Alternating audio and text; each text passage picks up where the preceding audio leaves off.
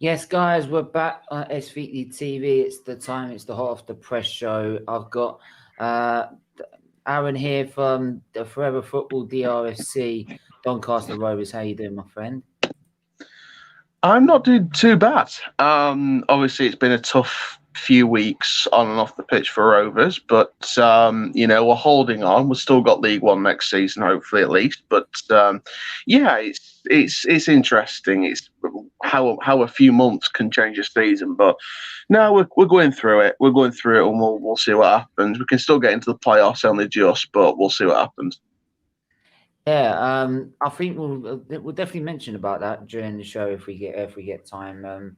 Obviously, the main topics we want to cover is about the fight for relegation in the Premier League and also the top four fight because it's getting ever closer at the moment. Obviously, we've got West Ham, Leicester, um, Liverpool, Chelsea, Tottenham. I think now are probably very uh, loosely in there, but Arsenal definitely not in there. Let's just put that. Let's just get that straight. I don't even think they're in top six. But yeah, we've got. Well, I think we've definitely got a few teams getting. It's just ever so tight, and then the relegation we think we know is West Brom and Sheffield United. They're goners, and the fight is really between Fulham and Newcastle. Not to mention that they've got to face each other at Craven Cottage, and Fulham get fans on the final day as well to top it off to see if they can survive. So yeah, Retro, how are you? I sent you the link if you want to come on and discuss about this. Yeah, just good. We have Champions League tonight. Come on, Chelsea. Yes, we're doing a watch along to that after this, but yeah, we'll get straight into it now. So, if we look at, I'll just bring up the Premier League table. What's your first opinions about the relegation fight in a minute? Well, I think to be honest, there's only one place left realistically. It's gonna. I mean, to be honest, I'm sort of bringing the championship top of the championship into this as well. I think if we're realistically looking at it, I think the top two and the bottom two have been decided. We're looking at Sheffield United and West Brom being replaced by Norwich and Watford.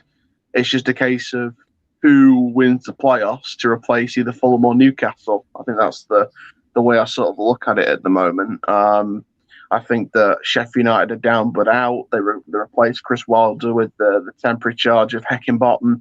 So I know that, I think they're just preparing for the championship and trying to make it easy on themselves for the rest of the season. West Brom put up a bit of a fight, massive win over Chelsea, so they can still do it if they could. But I think West Brom are in for a tough challenge again. Who do I see going down at Fulham and Newcastle?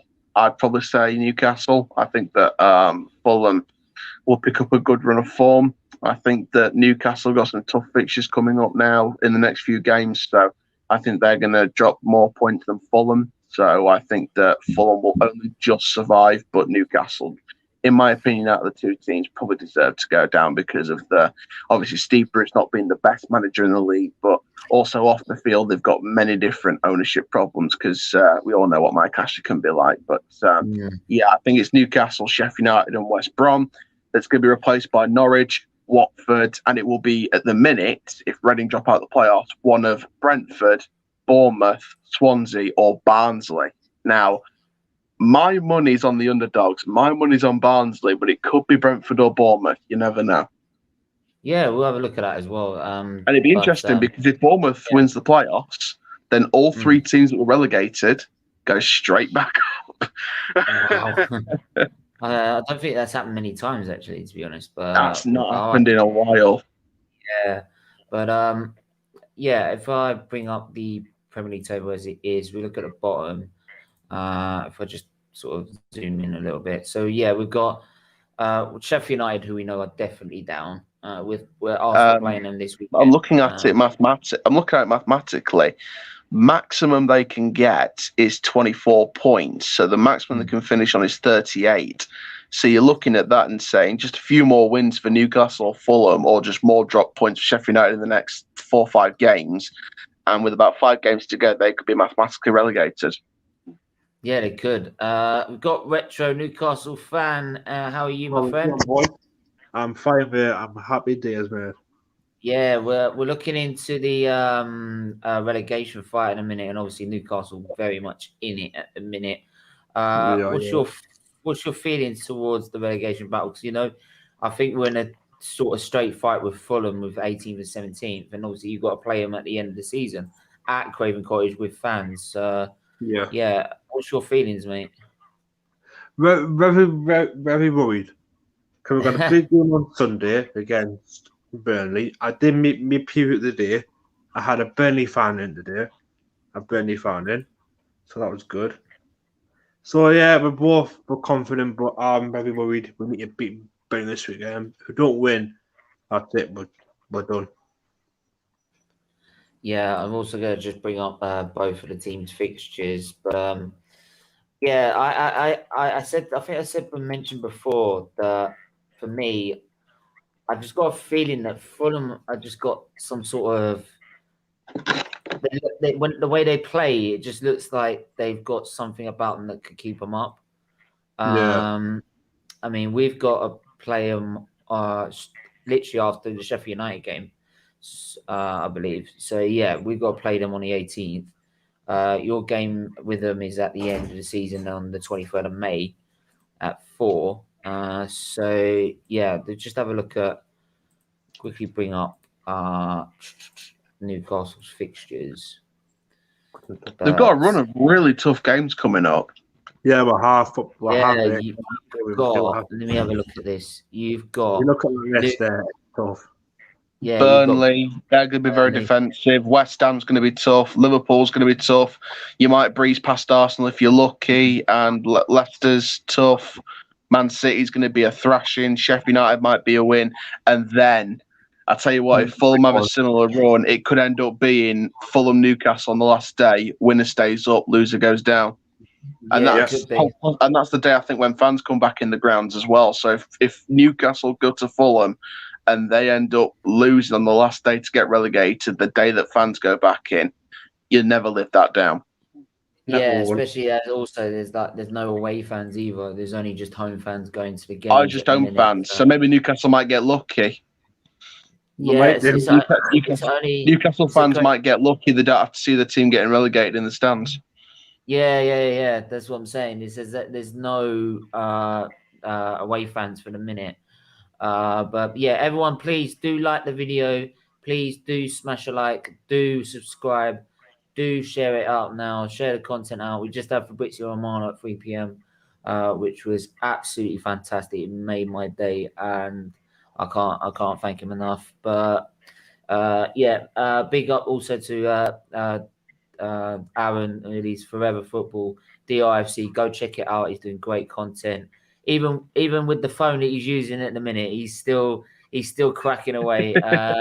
Same with Retro as well with his content on Retro and UFC. Go check these guys out. They're doing great stuff. We'll bring up Fulham's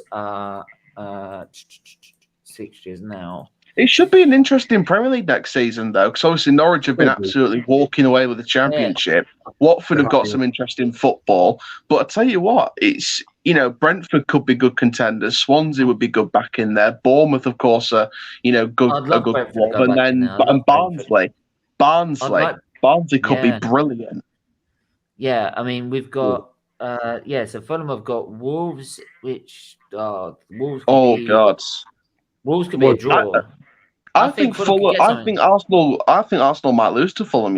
I think Fulham have got much more to lose. I wouldn't be surprised. But yeah, I think Chelsea they'll lose. Wolves, I think that's why I said Newcastle could breeze past Arsenal, and that could be a win. Yeah, Newcastle, Fulham could beat Wolves. I think Fulham could also beat Arsenal. Burnley they could beat.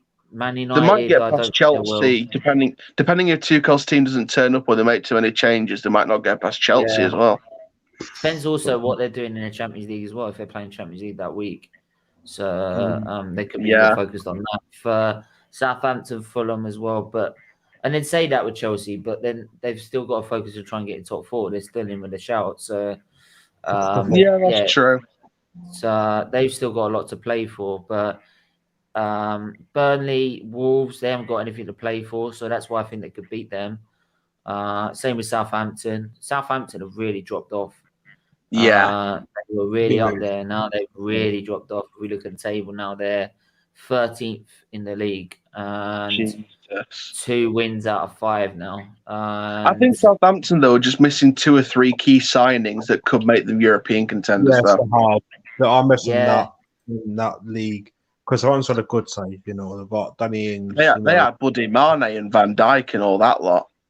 And the buggered off to Liverpool. That's the thing. Yeah, and then I think it was every time there was a transfer window, Liverpool or even Arsenal were going in to try and pick players off them. Yeah, Man United as well. Man United as well. I was going to say, speaking of Man United, down there on 15th of May, if they play Lindelof and Maguire, or Man United have a worse performance and don't show up, Fulham could literally... Or they've secured second and got nothing else to play for. Well, Man U are safely... they're probably guaranteed a top 4 spot at the minute unless they don't bottle it up in the last few games. So I think that, again, Fulham could get points off them. Because this is where it ends. You've got that, I think, in terms of the league, there's no sort of fight up there. So if we look at... we go back to the Premier League table again... just bring it all back up again.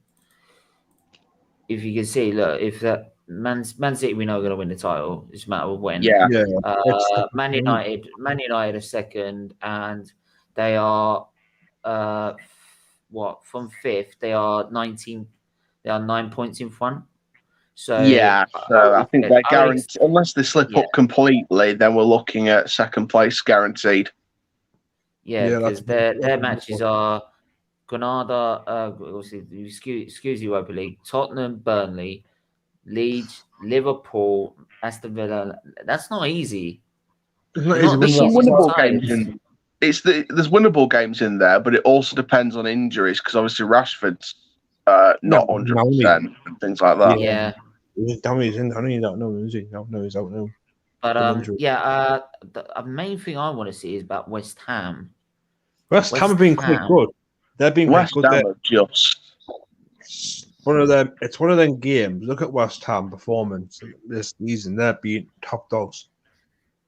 West Ham have just been.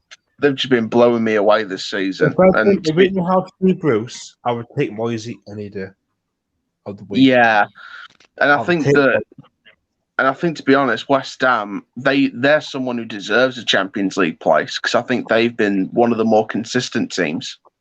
They have been. They have been quite strong. West Ham, but Antonio, they've got good players in that league. They deserve a place. They deserve a spot in the Champions League. They deserve to have Mark Noble playing his last season in the Champions League. So, yeah, the way they've been playing this season is sort of a correlation between. It's fitting how that we've been struggling to. Let me have a think about this. Hang on, I'm just trying to find something in it. Yeah.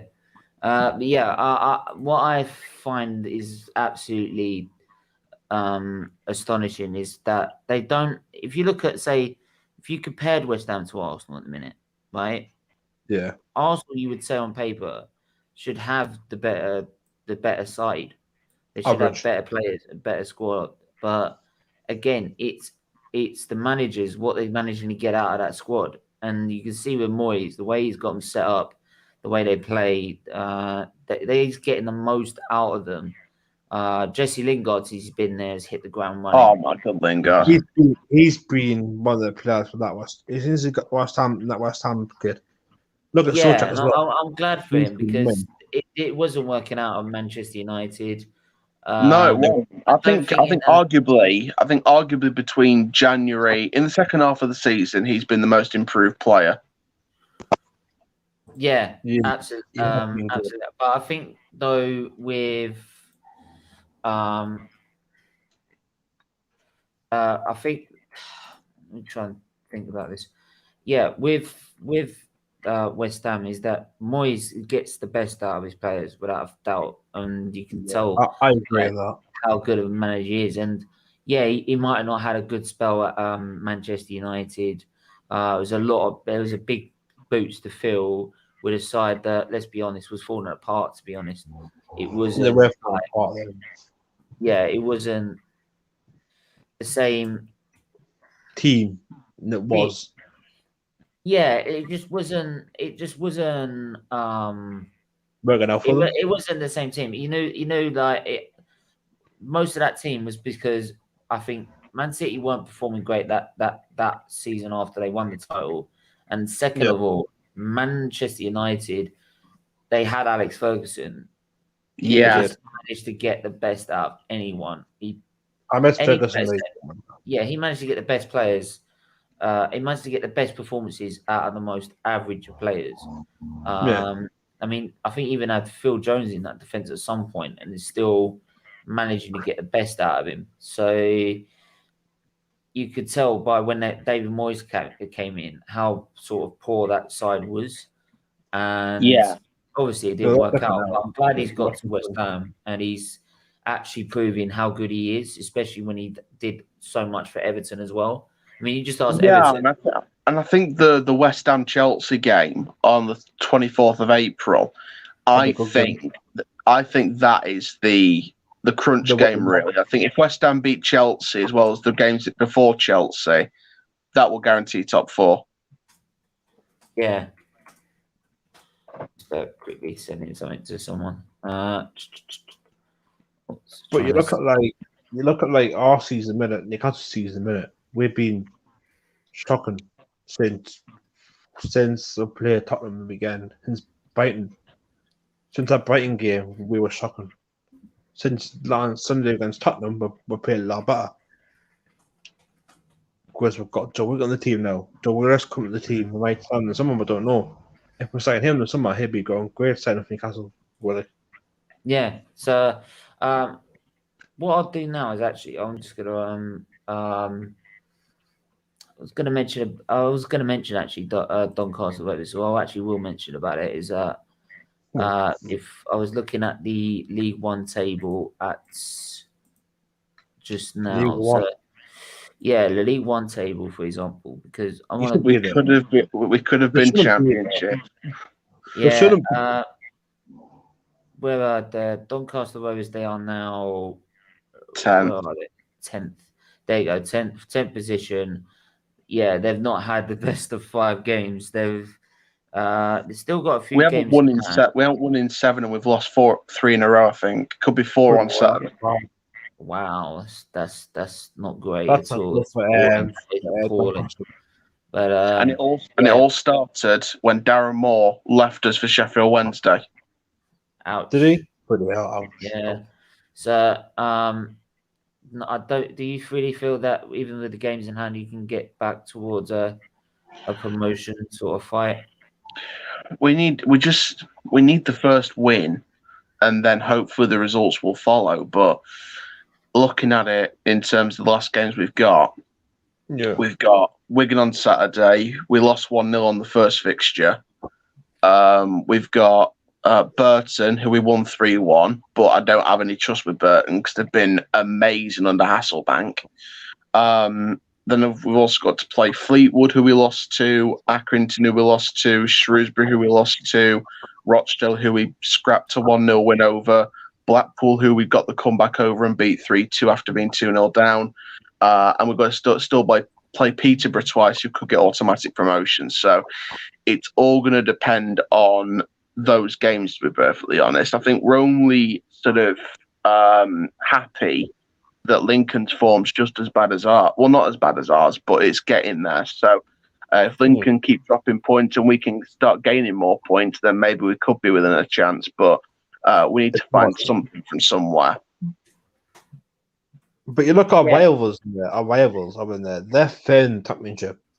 I'm surprised at that. Yeah, I don't know. I mean, to be fair, one of the only consistent players is actually someone who used to be at Newcastle, and that was a certain James Coppinger. Just think you missed out on James Coppinger because he's been with us now. He's been with us 18 years nearly. He's made 800 appearances in total since he's come to Doncaster Rovers from Exeter, and he is now, I think, 2 or 3 goals off 100 goals for the club. So, Really good. and you missed out on that player. You sold him to Exeter, and you missed out on that player. Yeah, so I think what we saw, I think Hull are getting promoted for sure. And that's one of our former managers. Peterborough's one of our former managers. Sunderland could go up. Yeah, Sunderland could go back up. I think the embarrassing thing is for Newcastle. Newcastle have had the same ownership when Sunderland have been through bad ownership and now under great ownership under their new takeover. So it's like Sunderland have had their little spells of bad and they've gone through a worse spell, even though Newcastle are bored on embarrassment. And now Sunderland could end up in the next 10, 15 years getting into Europe. And that's not even a joke with the ownership they've got, because the owners are like worth, what, £5-6 billion. And they've given, I think there's rumours of like a £60 million transfer budget in the Championship if Lee Johnson gets them up this year, which is amazing. It's just... It's been terrible for us. We need it this season. Look, if they get the Battle Championship, something, if you go down, it'd be more next season, more fight next season. I do feel, Sunderland. There was a point where no manager could work out what was going wrong with them. It just seemed to be like they were always fighting for relegation. They were always like not getting, no matter what manager they brought in, it just wasn't working. Now they seem to seem to be on the up now, and hopefully they can push on to get in the Championship, and then they'll see next target's the Premier League. And it'd be nice to see like someone like Sunderland with the size of the club it has been to have them in the Premier League, especially if what I will say is, as well as Coppinger, what I will say is another one of our, I think probably since Butler's become manager on a temporary basis at the minute, it's till the end of the season, but he could, if he wants to, he could possibly go for it permanently in the summer. But one other player that's been improved, and it's the first time we've really seen him in the league, and he's rarely made a mistake since he's come in, it's been our academy homegrown keeper, Lewis Jones. He's been brilliant since he's come in. He's finally got a chance ahead of Balcom on loan from Brentford, and he's just taken the opportunity, taken the brass ring. And it's not just Jones. There's a couple of other youth players from our academy that's been shining in the squad. I mean, Brandon Hornton, the fact that he's either getting ahead of Reece James, who's a former Man United Youth Academy star, or he's pushing Reece James to the midfield just to play left back or playing right back when Halliday's injured, just proves how good he is. And he's been consistent game after game since he's come in. And then AJ Greaves, he's like the N'Golo Conte. He's the annoying midfielder that makes the physical fouls, not afraid to put a tackle in, not afraid to fly into challenges and get a foul from it, take one for the team. And he'll just annoy the opposition. And that's the kind of players we need to build around. So, like I said, we can get a win from somewhere, but it's just a case of getting that first win back on the board now and go from there, because we can still get in these playoffs. We can still do it. It's just a case of if the players want it or not. Yeah. Because I want Donny to be a Premier League side. I want us to be in the Premier League because I think we've got the 15,000 capacity for it, and I think that we can build something at this club, and I think we can get this club into like a Bournemouth story or a Huddersfield kind of story. I think we can get top flight football. It's just a case of the players want it and the manager wants it, whoever that may be, next season. Who wouldn't want it? I mean, honestly, the Championship obviously we mentioned about relegations. We're going to mention about who could get promoted. We know Norwich. I think Norwich has won it. Norwich have won it, right? So, but the thing is with Norwich is that they've won it. They've had an unbelievable season. It's whether they get investment, because I said last season, if they don't get investment when they get promoted, and D.D. Smith rather spends it on a cookery book, right? They are not going to stay up, and that's a fact. And you look at Aston Villa, where they sort of, which I didn't like because the players that were there, they should have got a chance in the Premier League. They brought in pretty much a new squad, but yet they managed to stay up. But I think Norwich this time, yes, they've got Max Owens. Yes, they've got Max Owens, they've got Cantwell, they've got Buendia, and that they need to do now is sort of just add a few more additions to that side, so that way they're not sort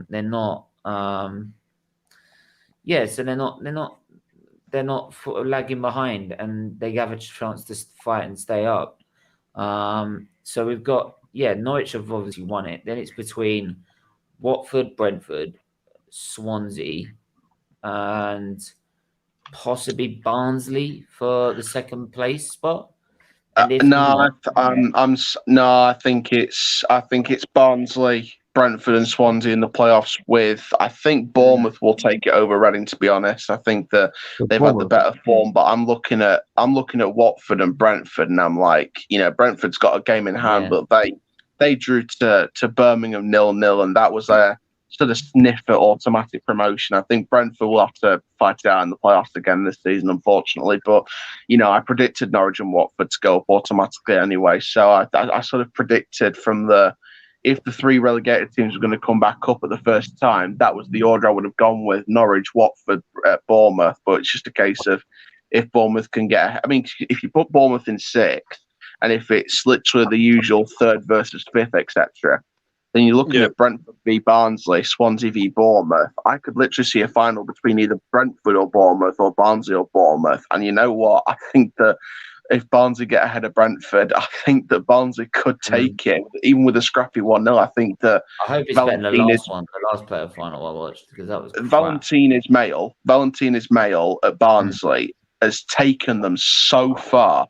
He's taken that club to new heights, and I'd love to see Barnsley in the Premier League again. It'd be good. It'd be good. I also like to see Brentford go up, but I like to see Brentford go up. Oh, Brentford are a Premier League club just waiting to happen. I think last year they bottled it, and I think this time they've got. I think they've learned from that. So I think now they're in the fight. And to be fair, the embarrassing thing is, back in 2013. I will just say that with Brentford, they want to try and avoid the playoffs this time and try and make sure they get into the automatic promotion, because obviously what happened last season. So, but you were saying. The embarrassing thing is, in 2013, it was League One, final day of the season, us against Brentford at the old Griffin Park. They missed a penalty in the 90th minute. We go up the other end and score the winning goal, which confirms us as champions and go up to the championship. And around 9 years later, how much has changed in terms of the clubs and the way they've gone. Like, we've gone from Championship to League Two in 3 years under a new chairman at the time, then stayed in League One, tried to compete, haven't got promoted. And then Brentford, on the other hand, have just gone up and up and up and up and up. They tried it. They got a new stadium. And now I like the manager as well. I like the manager. Yeah, the manager's fantastic. And, you never know. If we recruit Daniel Stendhal in the summer as a manager, then you never know. Even if we scrape into the playoffs and go up via Butler, if we appoint Stendhal or someone next season as manager, Butler or Stendhal, I think that, we could start finally going up as a club. Yeah. True. I think Stendhal's third highest pressing football, third highest in Europe for pressing football at one point. So he'd be and he's out of work.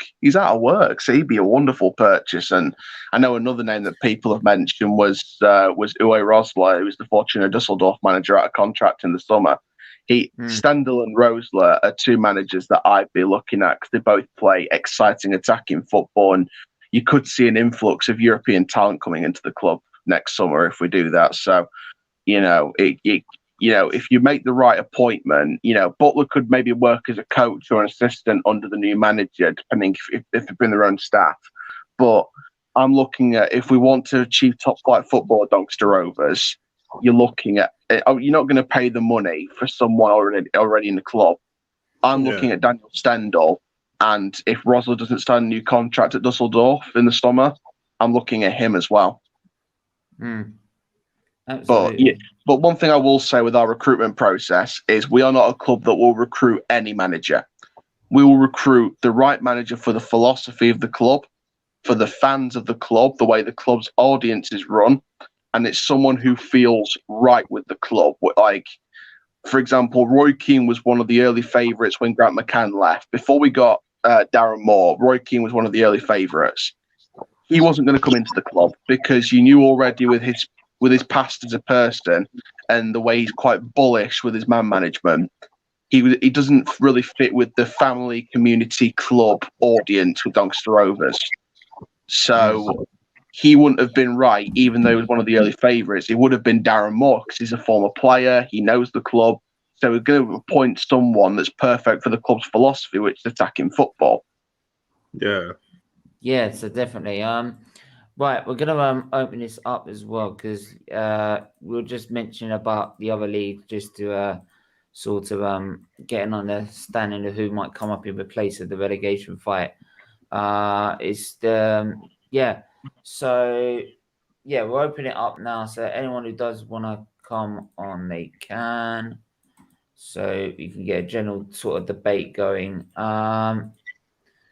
One thing I will mention is about last night, which again is absolutely fucking appalling and absolutely wrong. And we must call it out and reject it. After the Liverpool game, I think it was Trent Alexander-Arnold and also what was it, Wijnaldum? Yeah, it was Wijnaldum. Wijnaldum as well received racial abuse after the performance against Real Madrid last night, which is it's wrong. It really is, but it seems like every single performance that's a bad performance, you seem to get this usually following up every time. And I don't know why it's become such a common feature now, and why no one still doesn't. It was Keita. So it was Keita. Sorry, not Junior Ronaldo.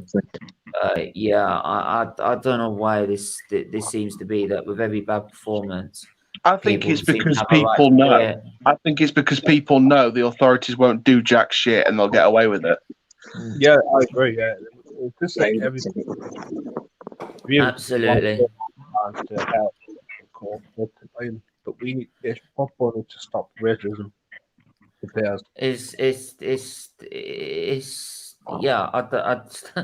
I don't know what to do. You don't know what to do with it. Honestly, it's so bad. It's horrible. I can't imagine it. It's disgusting. Yeah.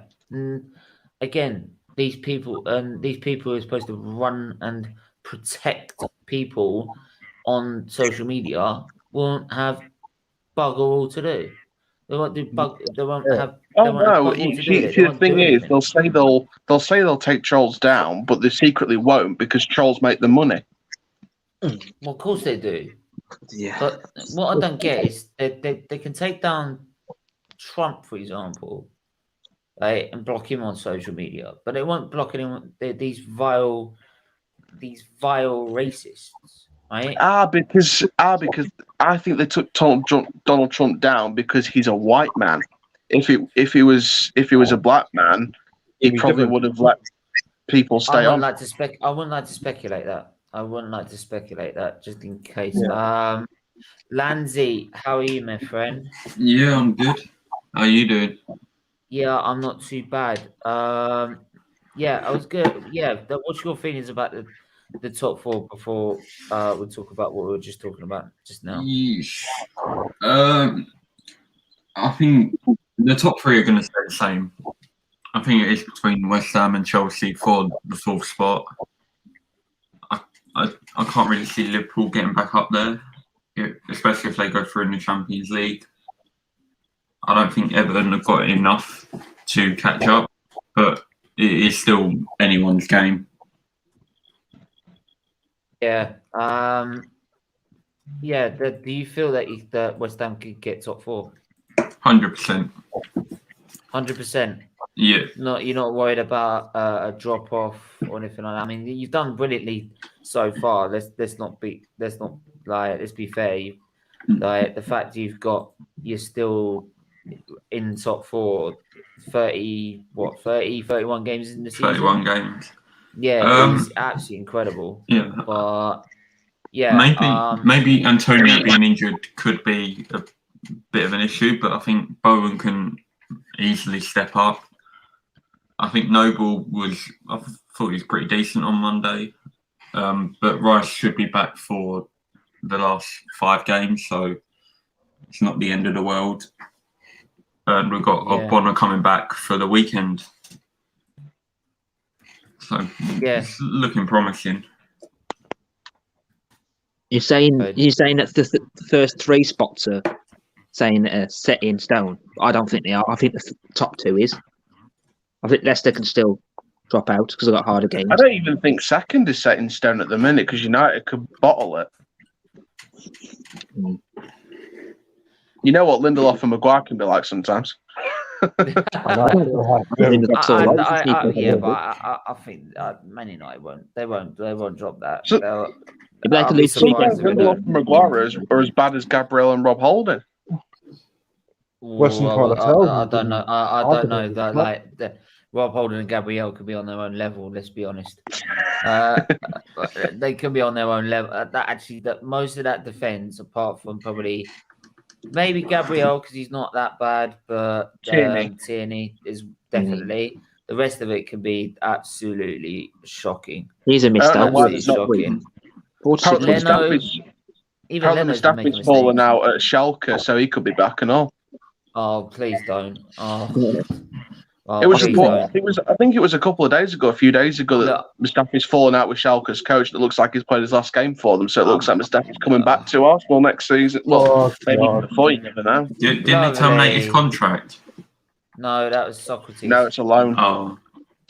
But that's why it's a loan. But I'm still trying to get those few positives I can from the fact that Bellerin might go.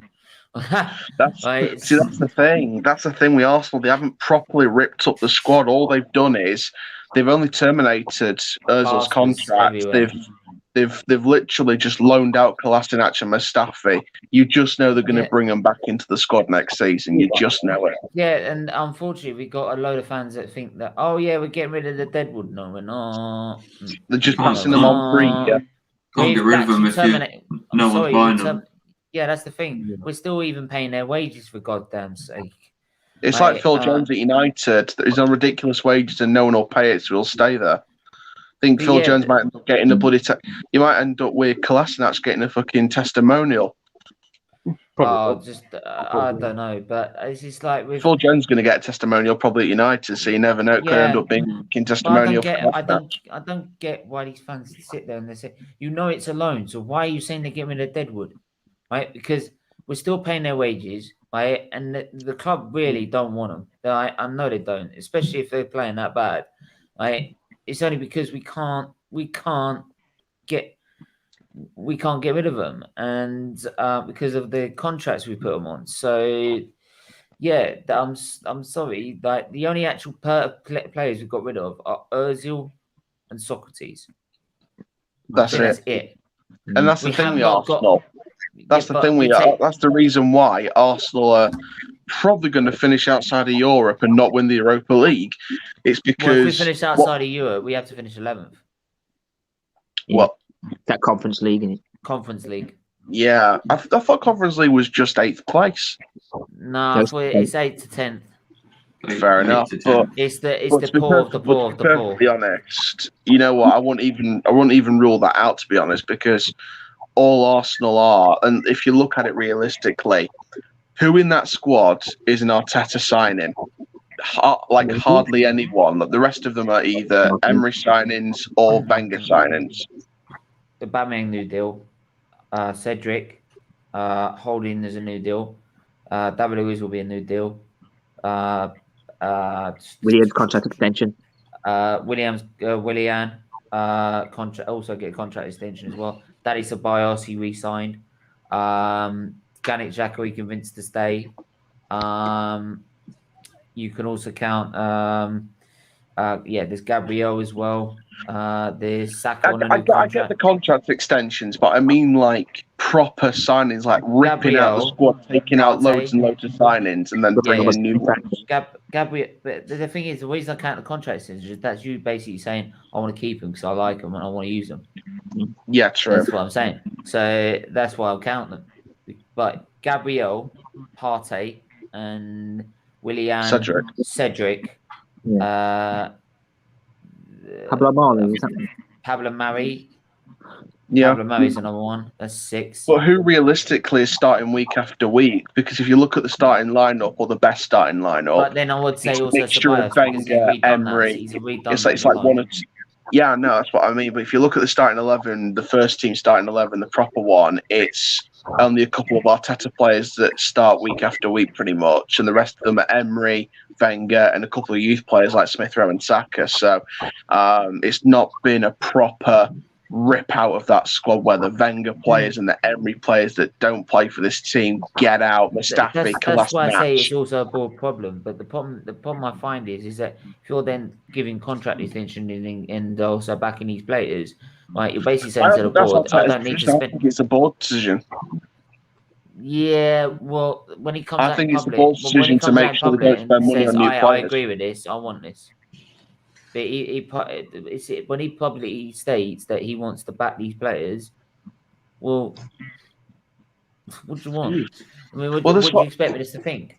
Well, that's the bad thing, though. I don't think the contract negotiations are Arteta. I think that's the board's way of saying we're not going to spend on replacements with multi-millions. We're going to be cheapskates, be happy with 10th place, and we'll keep what we've got. They keep the shit that we've got. So, like that comment down below says, I think they're going to be seeing Muscrappy and Thomas the Tank sinking Emirates next season. Yeah, and I think Tierney might end up getting dropped, and he might get unhappy, and he might leave, and then Aubameyang might leave because he's not playing well, and Lacazette might want to leave, and then and because Arsenal don't want to spend, they'll want to use the youth instead of spending money on proper world class players. So they'll end up. So if Aubameyang if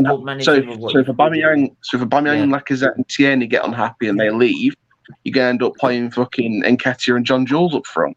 Well, that's the thing, but what I also stress as well. And trust me, John Jules is just one goal and he gets firing. Apart from that, his build-up play is great. His finishing's been poor. Right, but what I say, it's like I said before. You've got the squad there, and if you're backing these players, and also you've got that squad. You can't do anything to the transfer window. It's called managing with what you've got, and this guy can't do it. He cannot manage with what he's got at all. But no, and at the same hand, Stan Kroenke spends more on a toupee than he does on Arsenal. Yeah, well, of course, I spend more than Stan Kroenke. Talk Man U, mate. I spend more on Doncaster. Talk Man U, mate. How are you? Yeah, good. Firstly, mate. We're going the incidents last night. The incidents last night. I mean, it's just very sad that now it's becoming something to expect. That's a damning statement to make, that we are now in a position where we are expecting this. This is how it's getting. It's like you say, after every game, bad performances. It's now. I was listening to what you were saying, and when we were talking about the social medias refusing to take details, show you things, and all the rest of it, there's an alternative to that, which is the providers of the devices that you are using, i.e. Vodafone, EE, whoever it is, your contract, especially all those who are on contracts, your internet service providers. There needs to be agreement between the socials and them. When you sign up for either of those things, in the print, it says, if we ever need to give up your details because of an incident regarding terrorism, racism, or something just as serious, we will do so. If you don't agree to it, you don't get the service. Simple. Exactly. Yeah. Now, that's one way. That's one way of them. Then the socials can carry on doing what they do. Allow people to have their freedom of speech. But then when somebody does something so fucking vile and disgusting like this and think that they can just sit there behind their keyboard or their phone and then go downstairs and eat their tea, not realising the damage that what they've just said is causing, right? Then they can be called out. Where's this account? Who does this account belong to? Where's it linked to? Which IP address is it linked to? They get the IP address, they get the address, they get the authorities, they go and see them, they get the just desserts they deserve. And you know what the problem is? It's not even just public messages of racism anymore. The private messaging them, and because the private messaging, the players that don't screenshot them, it's harder to track when it's not in the open. It's obviously private messages, which makes it more of a priority for socials to do stuff and for the service providers to do stuff. But because it's private messages as well, it's getting harder and harder. But they need to do more anyway. There's ways they can do it. There's ways they can do it. Oh yeah, but I believe it's only a matter of time. I think it's only a matter of time now before we see what Thierry Henry did. Yeah. Right. Yeah. You know what? I feel that's just some massive celebrities, right, who've got huge followings, who can cause real dents in these platforms. So just say, you know what? Okay, if you ain't going to do anything about it, then we will see you later. You get numbers like that, and it's only a matter of time before we get to that stage. I get that 100%, but it's just my problem with that is it feels like the trolls are winning if they're giving up on social media, because everyone should have a safe space to talk in a polite way and be nice to each other. But if even though they're taking a stand, it just feels like the trolls are winning in a way because they're giving up. But you can't. What else can you do if the social media companies are not willing to? If they're not going to do anything, then they've got no other choice, which I get, and that's the only option. Hold on. They've already said that they're not going to do that. They've already said they're not willing to do that. There's problems with that all around different parts of the world. You can't. It's not that easy to do that. So, these are, in my opinion, short-term fixes. The long-term fix is, and I said it from the start when I started Rise, is education. That is it. I feel there's a certain generation of people now that cannot be changed in a certain age group. Can't change them. No matter what you do, you will not be able to change them. Now it has to be the next generation, my kids and his mates who are in primary school still. They're the ones now we should be looking at to say, no, this in your adulthood and your teenage years, growing into a man, this is not something that is acceptable.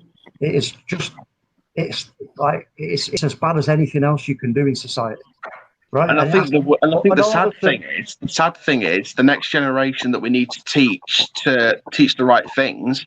The sad thing is time's running out for that generation if we don't do something soon. Well, yeah, but I've said to other people before, this if you're gonna teach the youngsters about this now and educate them about this, it has to be done in a very shocking way. And when I mean shocking, I mean shocking. They have to understand the hurt, the how deep that cut is when you say something like that. It's no point about just saying, "Oh no, it's wrong," because you can't say that. What the fuck is that? No, you have to put it into context. Open it up. Open up that can of worms and explain it, go right to the bottom of it. And so, look, this is what happens when you do this. Even if it means people volunteering their time to come in and talk to people about their experiences, because trust me, I've been on the receiving end of things being said about me loads of times, and I might brush it aside, but these words stick with you for the rest of your life. So if they had like a program where people could volunteer to go into schools and speak to these kids about how words affect people, that'd be great, because it gets the community involved then as well. Yeah, but I mean, there's loads of different ways you can do this. I mean, you can even do it through the power of speech, through the power of actions, i.e., like a production, so to speak, of a reenactment. Educational theatre. Yeah, do you know what I mean? that way. Yeah, I Shocking. study acting at uni, so I know about like the educational theatre stuff, and that's exactly what we need at the minute. Yeah, something that can because what you need to do is make our kids now who are at that age go away from that, having the conversation with themselves, amongst themselves, saying, "Wow, that's bad. That is bad." And once they start to really understand it, like they understand just going up to somebody and punching them for no reason is wrong, or stealing is wrong, or throwing a brick through a window is wrong. This is the same. It has to have the same feel about it and the same consequences that they need to be understood.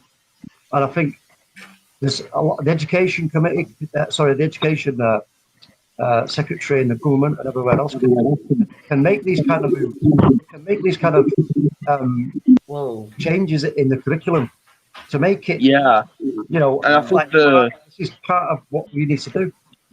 Yeah, absolutely. But I think the big question was trying to, the education secretary and everything like that, and with Gavin Williamson, is he really going to do that? With pressure, maybe. Look, that's something right here. Look, the great Marcus Rashford, right? Look what he did for the kids. Just a legend. Right? Power. It's power. This can be achieved. This can be achieved with voices, big voices. Yeah. So, it's and again, like I say, it's only a matter of time before we do see something start. And to be fair, that's what I've always said. That's what I've always said about this pandemic. I think that things that have happened in previous years with the cuts to the NHS, the saving money, not saving lives, I think all those things are starting to bite the government on the backside now with something like a pandemic. So past things are now coming up to a point now where we're ruining a generation and we need to do something now rather than later. Yeah. No, that's it. I mean, but I have to, Stephen, I've got to dip now because I've got to go finish making the tea, mate. Which is that's a stop just because I wanted to come and have my say. So, but I'll catch up with you a little bit later on. All right, cool. Great call, mate. Great call. Yeah. Cheers, pal. See you in a bit, mate. Take care. See you. Yeah. So we're going to mention. Someone clip that. So someone clip that bit because I want people to share that around the world. Yeah, if we get a chance, I'll clip that and share it amongst the community. What's it talk about? Obviously, with Romano, I did wanted to do something a little bit different. I'm going to just talk about Haaland, for example. Yeah. Obviously, major clubs are going in for him.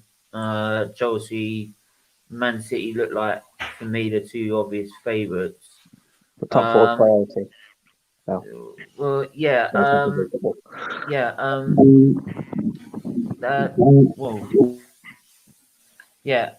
do you think will get Haaland, Aaron, out of the number of clubs that are available? See, I heard that Man City might not get Haaland, even though they want him. I think they might not get him. So I think they might be looking at alternatives, whether that's Harry Kane, Lukaku, whoever. I think that, look, to be honest with you, did I want Sergio Aguero to leave in this summer? No, because I think it's better with the. I mean, I don't know if Man City's got a home game on their last day of the season when the fans are supposed to be back in. I don't know if it's a home game or not, but it's Everton at home. Yeah, so I was worried about him not getting a proper send-off, so I want him to get a proper send-off because he deserves it, because he's arguably the greatest Man City player of all time, arguably, and arguably one of the greatest strikers in the Premier League history. But did I want Aguero to leave? No, give it another year. But if he has to leave, then he has to leave. There's been rumours of Arsenal, but I don't know. But knowing Arsenal, we will, knowing he's how injury-prone and how old he's getting, Exactly, and again, it's that cycle again of he comes in ahead of Aubameyang and Lacazette both get unhappy. One of Aubameyang and Lacazette or both of them get sold and keep Aguero. So it's a cycle, crank out. But no, I think with Man City, look, I think Chelsea are most likely to get Haaland. But if I'm being completely honest, I don't see Haaland leaving this summer. I think it will be one of the biggest targets, but I don't see Haaland leaving this summer. I think like Sancho last transfer. Yeah, I see him staying at Dortmund for another year, or if he's going to go anywhere, I see him going to either Barcelona or Real Madrid. Yeah. I think Man City might get a striker anyway. And I think if they are going to do that, then they're going to get either Harry Kane or maybe one of the younger players like your Pats and Darkers and stuff like that. Chelsea will spend like 60 odd million on Lukaku and then sell Tammy Abraham and Olivier Giroud. So that's where I think both clubs are going. I think Man City have got Jesus. They might bring someone else in and maybe a young teenage striker or something. Chelsea will get Lukaku and sell Abraham and Giroud, but I think Haaland will go to Real Madrid or Barcelona or wait another year. Yeah, Daniel, what's your thinking, mate? With Roman, he really, really wants Haaland, so I think he's going to be a big part of it. Right, cool. So I say Chelsea or Real Madrid. Wicked. If anyone does want to come on and have their say, please, the lines are still open. To come on and have your say by all means. We will be doing starting 11 of the week. It returns after the international break. Then also Premier League predictions. If anyone wants to take part, we'll do that again because that worked. That was really good last time. I really enjoyed that. I know what I will say. If we are bringing in one or two loanees this summer, I know we're not getting like 7 or 8 this time. I know we're getting a proper Doncaster squad next season. I know one player I'd like on loan if they're going to loan him out, Shortire from United or that Hannibal Magebury. I think both of those guys could be brilliant attacking players. Yeah, definitely. I hadn't actually seen myself. Did you see my new profile? No, I haven't. Phil Jones. Oh God. Phil Jones fanboy. It's the pink Connor, boots, Marcus. Yeah, it's the pink boots, Marcus. The bloody pink boots. Connor, how are you, my friend? I'm very good, thank you. How are you? Yeah, mate. Is there anything you want to talk about or that we've discussed before we go on to doing the starting 11 of the week? I just want to talk about Man City for a second. And I was watching a stream last night, and yeah, it's very well documented that they spent a lot of money. But then if you took a lot, if your club was in that position where, yeah, you spent a lot of money and you won trophies, would you complain? I wouldn't. Doesn't matter if I spent 1 billion on defenders or whatever they've spent. If I was winning Premier Leagues, FA Cups, Carabao Cups, whatever, I'll be delighted. But because the success is not happening to those clubs, they pick on Man City because Man City are successful. And do I see them win the Champions League this year? Yeah, I do. I think probably they're the strongest position. Who do you think? What's your money on for the Champions League, Aaron? Champions League. I'm going to go. League. Oh, and to be fair, actually, I'm going to predict the Europa Conference League and all. I'm going to go with Man City, Man United, Leicester, and West Ham for the Champions League. I'm going to go with Chelsea, Liverpool, and Everton for the Europa League. And then I'm going to go with Tottenham, Arsenal, and either Aston Villa or Wolves for the Europa Conference League. Who won the competitions? Yeah, Aston Villa or Wolves. I was thinking about who won it. I don't think that was the question. I think it was who's going to win the competition. I think it'll be Aston Villa or Wolves in the Europa Conference League with the 2 North London clubs. Who is going to win the competition this season? Oh shit. Right. Who's going to win this season's competitions? Champions League, I'm going to go with either Man City or, and this is something I wanted to bring up, and I brought this up on the terrace, I think, a week or so ago.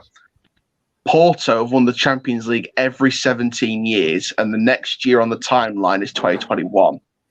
I think there's a chance the pattern could continue. So I'm going to go with Man City to win it, but my under-the-radar team is Porto. Europa League, I'm going to go with... Oh, no, this is a tough one. I'm going to go with Villarreal or Man United. I think Man United could scrape it, but I think Villarreal could do it. Slavia Prague could have a chance, but not really. But I think Arsenal might get knocked out, in my opinion, and that's just me being honest. And yeah, I think the Europa Conference League next season should be very interesting to see who wins that. Oh, Yeah. but no one cares about that competition. That's just going to... No. It's a European Carabao Cup, isn't it? It's not appealing. It's not... It's basically that. But I'll tell you what, if we got promoted to the Premier League and finished in Europa Conference place, then I won't be complaining if we got the Europa Conference League. I thought you meant Europa League. No. If we got the Europa Conference, if we got the Europa Conference League at the Keepmoat Stadium, I won't be complaining because it's European nights. To be fair, I completely forgot a few weeks ago. We've actually faced a team from Europe in the past. It was 2006, and we beat Real Sociedad 1-0. So, yeah. Nancy, who do you think is going to win the Champions League and then Europa League? Man City going to win the Champions League.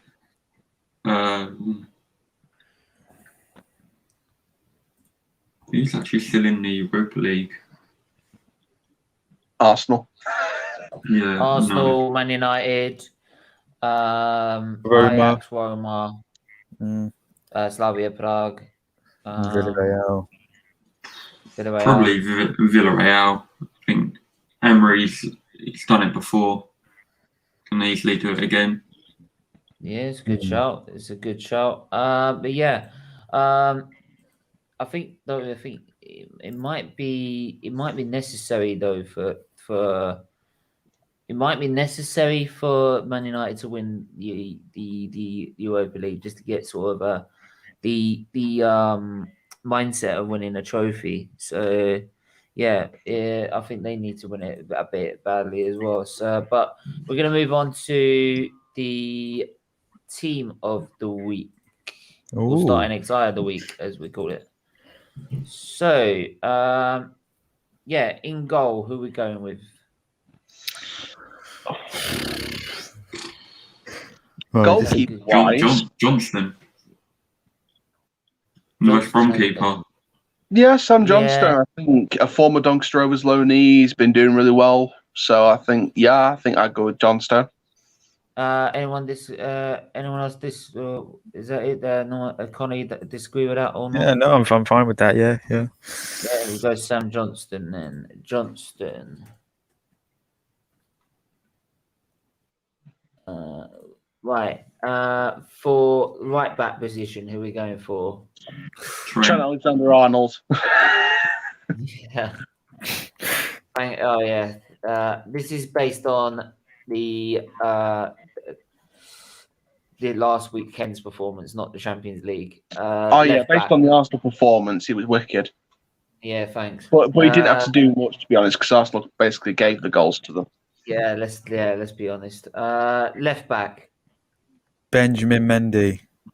Yeah. Wow, that's a good shot. Yeah, I'd go with that.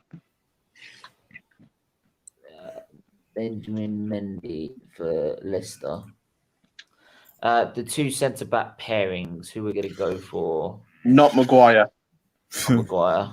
I swear one of them scored. Someone scored. One of the defenders this week scored.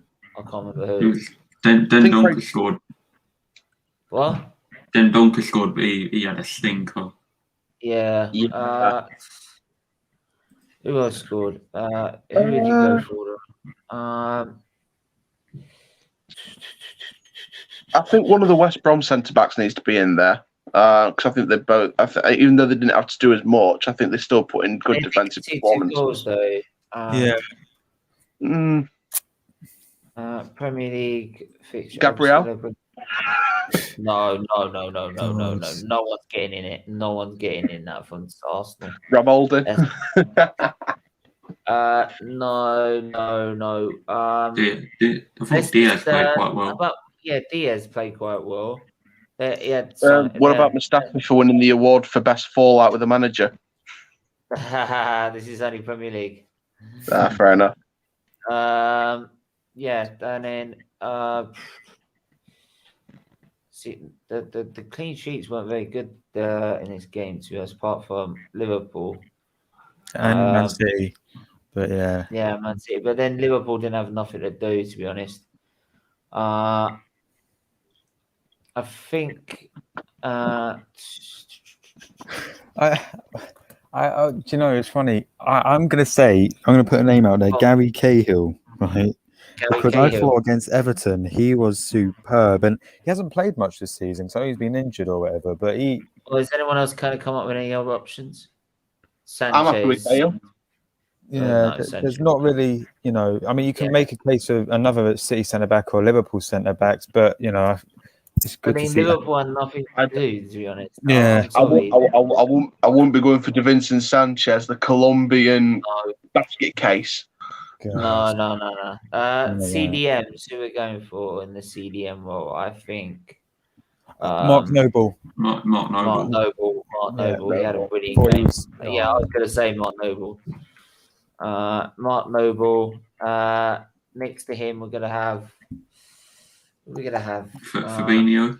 Fabinho. I was going to say Fabinho. It was Arsenal, but he had a quality. He still lost that mid. They had Partey in there, but at some point. So, to be fair, I was going to say the only Arsenal player that could take any credit from the Liverpool game was Partey. To be honest, no one deserves any credit. Don't care. Oh, okay, very harsh. I don't care. They don't deserve anything. Not after what happened last week. No. Just be glad it wasn't the usual 4-0.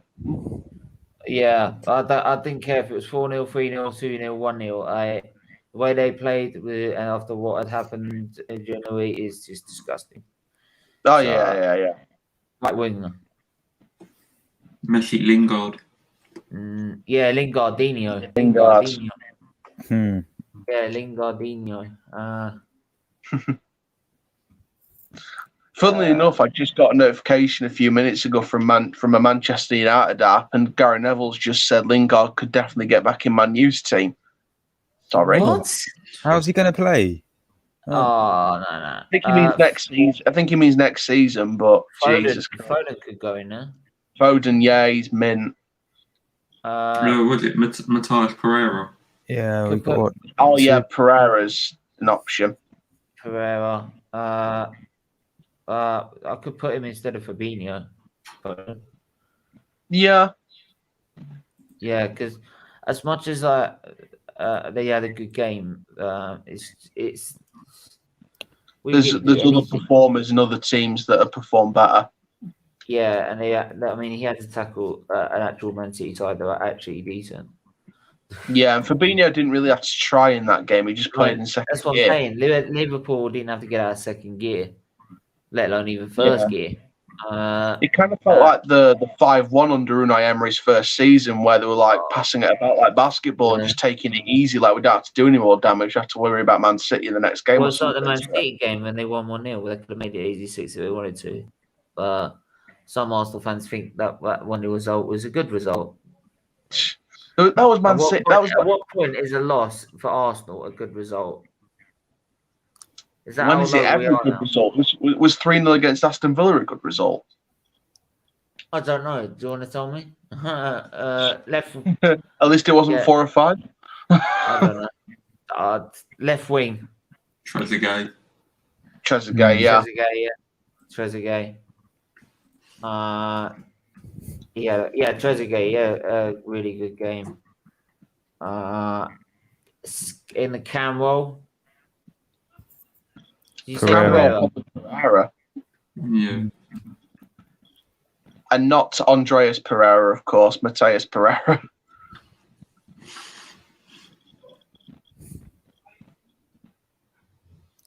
Yeah, I can't find him. What's his first name? Matthias.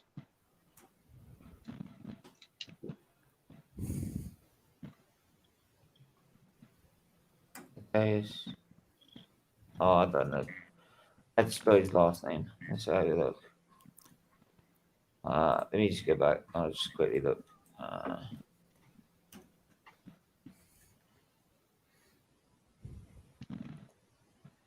Pereira.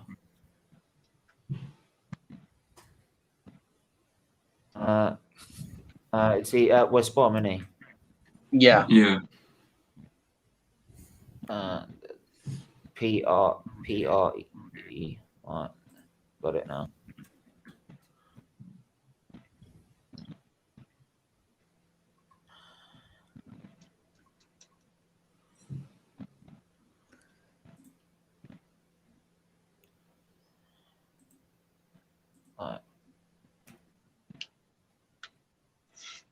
Well, we've got a little break. I just want to say congratulations to Wigan and Ipswich for their new takeovers. I won't be so worried about Ipswich and theirs because I'm a bit worried about theirs, to be honest. Well, yeah, American ownership. Yeah, that's what I'm saying. Yeah, that's fair enough. I can't remember what nationality Wigan's is though. I think they're Malaysian or something. Gotcha. Yeah, it is. I think the company's like Phoenix 24 or something. There you go. Up front. Who are we going for? Hurricane. Yeah, I mean Harry Kane's in there. Maybe Callum Robinson for West Brom's in there. Yeah. Jota. I'd like to say Callum. I'd like to say Callum Robinson. Robinson. Because Joe Linton. Batshuayi. Yeah. Aubameyang. No. It's got one of me. Well, I know I'm Danny Ings. What's that? Danny Ings. Danny Ings. Yeah, that's a good shout. If this was a team of the week for all four leagues, I know Omar Bogle or Fajiri Okanabir won't be in there. I do think that it's either between Robinson or Ings for me. Yeah, it's between Robinson, Ings, and Kane. I'd like to say Robinson because I've seen Ings get it and I've seen Kane get it. I want to see Robinson get it, yeah. I'm going to go with Callum.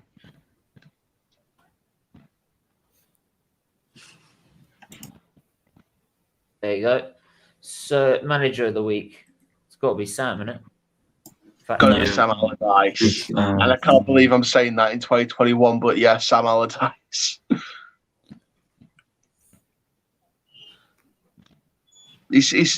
I think the quotation says it all. Big Sam is the man.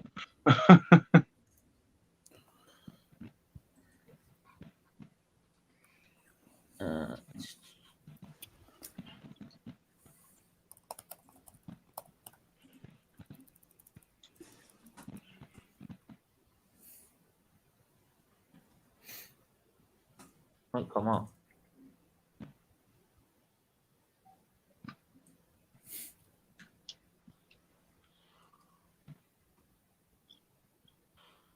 Oh, for God's sake.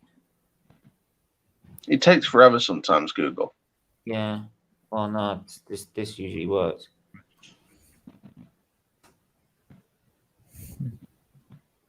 No, it won't load up. It won't do it for some reason. Yeah. I don't think it actually has it on the system. Yeah, Stephen, I've got to go and walk my dog now, so I'll speak to you later, yeah? Yeah, you didn't want to take part of Premier League predictions this time? No.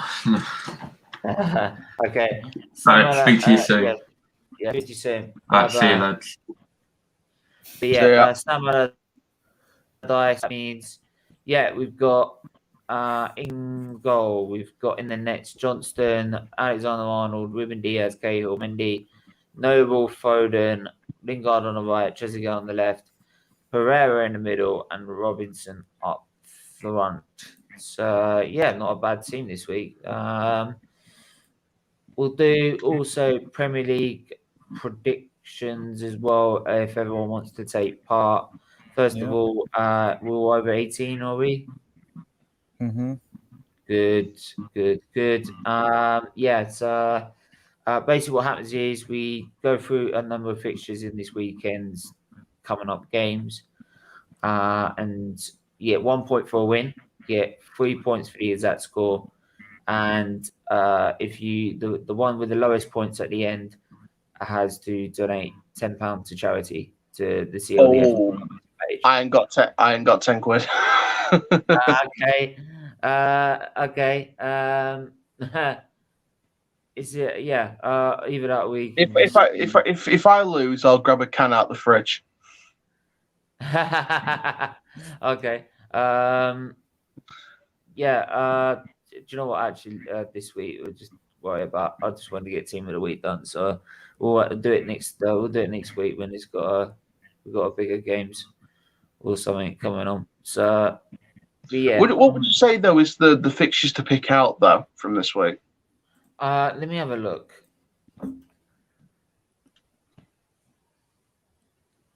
Tottenham United. Oh, that one. I think it's Tottenham United and Aston Villa Liverpool, which are the two big scorelines from earlier on.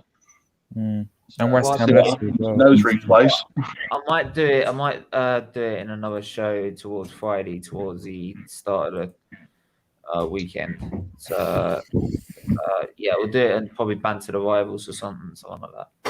Whereas session, we've got Fulham Wolves, Man City Leeds, Liverpool Aston Villa, Crystal Palace Chelsea, Burnley Newcastle, West Ham Leicester, Tottenham Man United, Sheffield United versus Arsenal, and then on Monday West Brom Southampton, and then Brighton Everton. So pretty good games coming up, to be honest. I'll probably be picking what ones I want to show on any particular day. But yeah, absolutely really interesting games coming up. So make sure you're tuning to SFeatleyTV because we'll probably be showing one of the other games apart from the Arsenal game as well. I know I've got my match on Saturday. Well, I've got my team's match on Saturday and all. Yeah, who are you playing on Saturday? We've got Wigan Athletic at the Keepmoat Stadium, and basically, if we don't win, then we've not won in 8 matches, and if we lose, it's our 4th loss in a row, which means playoff hopes could very much be out the window. So we need to, if any game is 3 points, it's got to be this one. It's got to be this one. It's got to be this one. It's got to be Burton. It's got to be Shrewsbury, Accrington, Fleetwood. It's got to be basically the teams that we lost against. The only teams we beat with the fixtures coming up on the first time round is Wigan and Burton, and they're the first two. Burton and Rochdale, sorry. So we've got Burton coming up after Wigan, and then Rochdale before the last 2 games. And then the other games, apart from Burton and Rochdale, we've lost against the teams the first time round, and we haven't played Peterborough yet. So we need to play them once, play 2 games, and then play them on the last day of the season again. So it's tough, man. But also, a win could change a season. That's how, you know what, this is how mad League One is, to be honest, because maybe not top 2 anymore, but the playoffs and the bottom 4 could all get decided on the last day of the season with how tight it is. So, I think a win could turn our season. So we could get 3 points on Saturday, and that could change our season. We could slip into exactly like place, and if we win the playoffs after slipping in there on the last day of the season, the life of a Doncaster fan, it's never easy. We never make it easy on ourselves, do we? I know the feeling, but yeah, thanks for everyone that's tuned in as usual. Please make sure to hit the like button, hit the share button, hit the subscribe button, please, if you're new. Share also the content, share it with your friends, share it with your family, get them to subscribe as well. We'll be back for the watch along this evening, and in the future, like I said this earlier in the earlier show, we'll try and get more guests like that coming on soon. But until then, everyone stay safe, stay well, and we'll see you 7:30. Bye bye.